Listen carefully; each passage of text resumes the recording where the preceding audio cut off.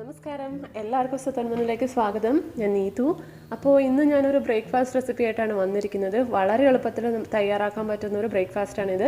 ഞങ്ങളതിനെ അരിയും കടലയും അല്ലെങ്കിൽ അരി പൊങ്ങിച്ചെന്നാണ് പറയാറ്. അപ്പോൾ എനിക്ക് തോന്നുന്നത് ഞങ്ങളുടെ നോർത്തേൺ മലബാറിൽ മാത്രമുള്ളതാണെന്ന് തോന്നുന്നു. അപ്പോൾ വേറെ എവിടെയെങ്കിലും നിങ്ങൾ കഴിക്കുന്നതാണെങ്കിൽ ഒന്ന് പറയാം കേട്ടോ, പേരെന്താണെന്ന്.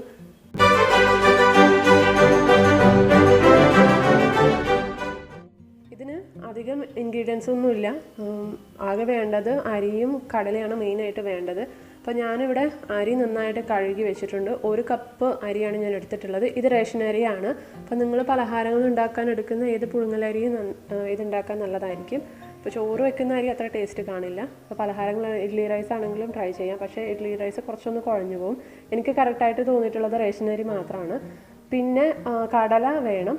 കടല ഞാൻ 1/2 കപ്പ് കടല ഞാൻ കുതിർത്തതാണ്. ഇപ്പോൾ 1/2 കപ്പിന് മുകളിലുണ്ടാവും. അപ്പം കടലക്കും അരിക്കും ഇത്ര അളവ് വേണമെന്നൊന്നുമില്ല. അപ്പോൾ നിങ്ങൾക്ക് എത്രത്തോളം ഇതിനകത്ത് കടല വേണോ അതിനനുസരിച്ചിട്ട് നിങ്ങൾക്ക് കടല ആഡ് ചെയ്ത് കൊടുക്കാവുന്നതാണ്. അപ്പം നന്നായിട്ട് കടല അധികവും അരി കുറവും വേണമെന്നുണ്ടെങ്കിൽ കടല നിറയെ ഇട്ട് കൊടുക്കുക, അരി കുറച്ചിട്ട് കൊടുക്കുക. അങ്ങനെ ചെയ്യാവുന്നതാണ്. പ്രത്യേകിച്ച് റേഷ്യോ ഒന്നും ഇല്ല. അപ്പോൾ നമുക്കിതൊന്ന് വേവിച്ചെടുക്കണം. ഞാനിപ്പോൾ കുക്കറിലാണ് വേവിക്കുന്നത്. നിങ്ങൾക്ക് സാധാരണ പാത്രത്തിൽ നിങ്ങൾക്ക് വേവിക്കാം. അടി കട്ടിയുള്ള നല്ലൊരു പാത്രം എടുത്തിട്ട് അതിനകത്ത് രണ്ടും കൂടെ ഇട്ടിട്ട് വേവിക്കാം. അപ്പോൾ ഞാൻ ഇതിനകത്തേക്ക് വേവിക്കുമ്പോൾ ഉപ്പ് ആഡ് ചെയ്ത് കൊടുക്കുന്നുണ്ട്. കുക്കർ ആയതുകൊണ്ടാണ്. അപ്പോൾ നിങ്ങൾ കുക്കർ അല്ല ഉപയോഗിക്കുന്നതെങ്കിലും ഉപ്പ് ചേർക്കരുത് കേട്ടോ.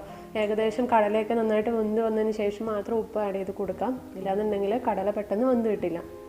അപ്പോൾ ഞാൻ ഇതിനകത്തേക്ക് ആവശ്യത്തിന് ഉപ്പ് ഇട്ടിട്ടുണ്ട്. അതേപോലെ തന്നെ വെള്ളം ഒഴിച്ചു കൊടുക്കുവാണ്. അപ്പോൾ ഞാനിപ്പോൾ ഏകദേശം ഒരു 1.25 മുതൽ 2 കപ്പ് വരെ വെള്ളം ഞാൻ ചേർത്തിട്ടുണ്ട്. അത് നിങ്ങളുടെ എടുക്കുന്ന അരിക്കനുസരിച്ച് വ്യത്യാസം വരും. അപ്പോൾ അതൊന്ന് ശ്രദ്ധിക്കുക. അപ്പോൾ നമ്മളിതിൽ നിന്ന് വേവിച്ചെടുക്കണം. ഞാനിത് മീഡിയം ഫ്ലെയിമിൽ 2 വിസിൽ വരുന്നത് വരെ വേവിക്കാൻ പോവുകയാണ്. അപ്പോഴേക്ക് കടലയും അരിയൊക്കെ നന്നായിട്ട് വെന്ത് കിട്ടിക്കോളും. അപ്പോൾ അത് നോക്കിക്കേ, നമ്മുടെ അരിയും കടലയൊക്കെ നന്നായിട്ട് വെന്ത് വന്നിട്ടുണ്ട്. വെള്ളമൊക്കെ വറ്റിയിട്ടുണ്ട്. അപ്പോൾ ഇനി നമുക്ക് ഇതിനകത്തേക്ക് താളിച്ചൊഴിക്കുകയാണ് വേണ്ടത്. അപ്പോൾ താളിക്കാണ് മെയിനായിട്ട് ഇതിൻ്റെ ടേസ്റ്റ് കൊടുക്കുന്നത് തന്നെ. അപ്പോൾ ഇതൊന്ന് മിക്സ് ചെയ്യാൻ പാകത്തിന് ഒരു വലിപ്പമുള്ള ഒരു പാത്രം എടുക്കാം. അപ്പോൾ അതിനകത്തേക്ക് എണ്ണ ഒഴിച്ചു കൊടുക്കാം. ഞാനിപ്പോൾ ഇവിടെ 3 ടീസ്പൂൺ വെളിച്ചെണ്ണയാണ് എടുത്തിട്ടുള്ളത്. എണ്ണ ഒന്ന് ചൂടായി വരുമ്പോൾ അതിനകത്തേക്ക് ഏകദേശം 1/2 ടീസ്പൂൺ കടുകിട്ട് പൊട്ടിക്കുക. അതേപോലെ തന്നെ കുറച്ച് കറിവേപ്പില ചേർത്ത് കൊടുക്കുക. പിന്നെ 2 ഉണക്കമുളക്, അത് നിങ്ങളുടെ എരിവിനനുസരിച്ചിട്ട് അഡ്ജസ്റ്റ് ചെയ്ത് കൊടുക്കാം. പിന്നെ അതിനകത്തേക്ക് മെയിനായിട്ട് ചേർക്കുന്നത് സവോളയാണ്. സവോള ചെറുതായിട്ട് അരിഞ്ഞിട്ട് പൊടിയായിട്ട് അരിഞ്ഞിട്ട് താളിക്കുന്നതിൽ ചേർക്കാവുന്നതാണ്. അതാണ് ശരിക്കും അതിൻ്റെ നല്ല ടേസ്റ്റ്. ഞാൻ വിട്ടു പോയതാണ്. അപ്പോൾ ചെറുതായിട്ട് അരിഞ്ഞിട്ട് നല്ല ബ്രൗൺ കളർ ആവുന്നത് വരെ ഒന്ന് വഴറ്റിയെടുക്കണം. ചെറുതായിട്ട് മതി. ഒരു ചെറിയ സവോളയുടെ പകുതി മതിയാവും. അത്രേ വേണ്ടൂ. താളിക്കാനാണ്. അപ്പോൾ അതും കൂടെ ഇട്ടിട്ട് നമ്മൾ തയ്യാറാക്കി വെച്ചിരിക്കുന്ന അരിയും കടലയും ഇതിനകത്തേക്ക് ഇട്ട് കൊടുക്കുക. അതേപോലെ തന്നെ ഏകദേശം ഒരു 1/2 കപ്പ് തേങ്ങ ചിരകിയത് ചേർത്ത് കൊടുക്കാം. എന്നിട്ട് ഇത് എല്ലാം കൂടി നന്നായിട്ടൊന്ന് മിക്സ് ചെയ്ത് കൊടുക്കാം. ശരിക്കും താളിക്കുന്നതും ഈ തേങ്ങയുടെയും ടേസ്റ്റാണ് ഇതിന്.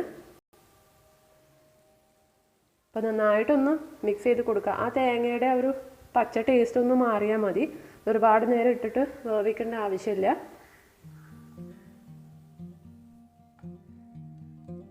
വളരെ എളുപ്പത്തിൽ തയ്യാറാക്കാൻ പറ്റുന്ന ഒന്നാണ്. നല്ല ഹെൽത്തിയാണ് ഇത്. അപ്പോൾ അത് നമ്മൾ നോക്കിക്കേ, അരിയും കടലയും റെഡി ആയിട്ടുണ്ട്. അതായത് അരി പൊങ്ങിച്ചത് റെഡി ആയിട്ടുണ്ട്. പെട്ടെന്ന് തയ്യാറാക്കാൻ പറ്റും. അപ്പോൾ വലിയ പണിയൊന്നുമില്ല. അപ്പോൾ നല്ല ഹെൽത്തിയുമാണ്. അപ്പോൾ കടല നിങ്ങളുടെ ഇഷ്ടത്തിനനുസരിച്ചിട്ട് കൂട്ടാൻ കുറക്കാം. ഓക്കെ. അപ്പോൾ ഇതെല്ലാവരും ഒന്ന് ട്രൈ ചെയ്ത് നോക്കുക. ട്രൈ ചെയ്തിട്ട് നിങ്ങളുടെ അഭിപ്രായങ്ങൾ താഴെ അറിയിക്കുക. അതേപോലെ തന്നെ ഇതിൻ്റെ പേര് വേറെ എന്തെങ്കിലും ഉണ്ടെങ്കിൽ അറിയിക്കുക കേട്ടോ.